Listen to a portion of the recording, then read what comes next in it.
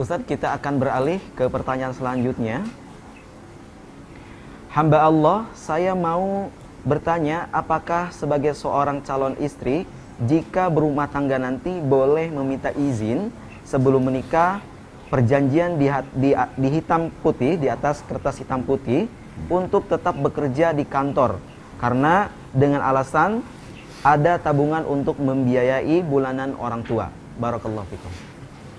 Boleh, tentu saja boleh, karena kata Nabi SAW, al-muslimun ala syurutihim, orang muslim sesuai dengan syaratnya, ya. Jadi boleh saja. Tetapi perlu saya berikan masukan untuk muslim yang bertanya ini.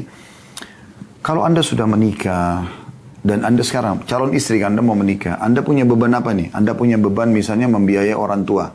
Oke, misal gaji Anda berapa? Ini contoh, kita hitung-hitungan saja ya. Kalau Anda punya gaji misalnya 5 juta rupiah, contoh. Kita anggaplah nilai ini yang Anda terima gajinya. Dan Anda punya biaya kehidupan Anda mungkin 2 juta. Anda berikan kepada orang tua 3 juta. Habislah 5 juta itu. Sekarang Anda dilamar oleh seorang laki-laki. Dan Anda bicara. Tidak ada masalah Anda berbicara. Tapi dengan ada mahram Anda ya. Sekarang kalau sudah menikah dengan saya, harapannya apa? Anda tanyalah satu persatu. Di antaranya, bahasakan, saya ini sedang bekerja. Gaji saya 5 juta rupiah. Saya menggunakan kebutuhan saya 2 juta, saya memberikan orang tua saya 3 juta. Ya. Jadi ini merupakan tanggung jawab saya. Bagaimana kira-kira nanti kalau jadi suami? Apa bisa membantu saya di sini? Atau saya tetap bekerja?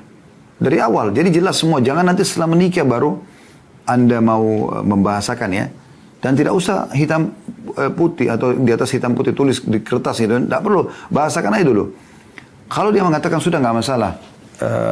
Nanti saya yang nanggung misalnya, itu nanti 5 juta rupiah saya kasih, itu mungkin selain daripada uang yang akan saya berikan untuk kebutuhan rumah kita nanti misalnya, ya udah berarti Anda sudah tahu Anda tidak perlu kerja kan gitu, itu lebih enak buat Anda pasti otomatis lebih mulia karena menjadi seorang istri di rumah, dan kalau sudah anak bisa fokus urus anak gitu kan, sementara belum punya anak bisa fokus urus suami, ada anak pun fokus mengurus suami dan anak gitu. Itu lebih baik daripada Anda harus membagi Anda kerja 8 jam per hari.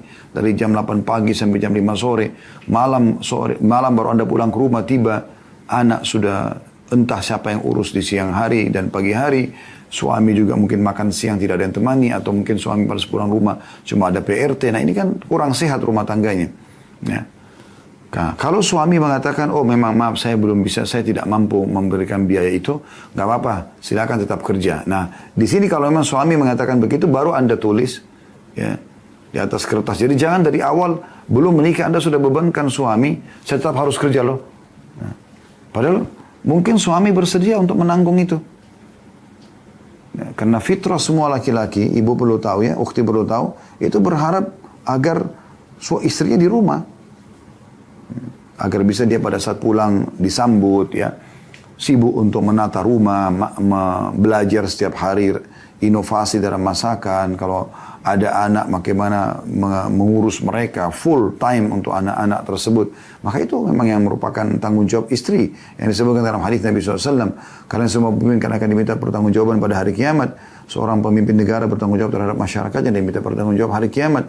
Seorang suami bertanggung jawab terhadap istri dan anaknya dan diminta pertanggung jawab hari kiamat. Dan seorang istri bertanggung jawab terhadap rumah dan anak-anak suaminya.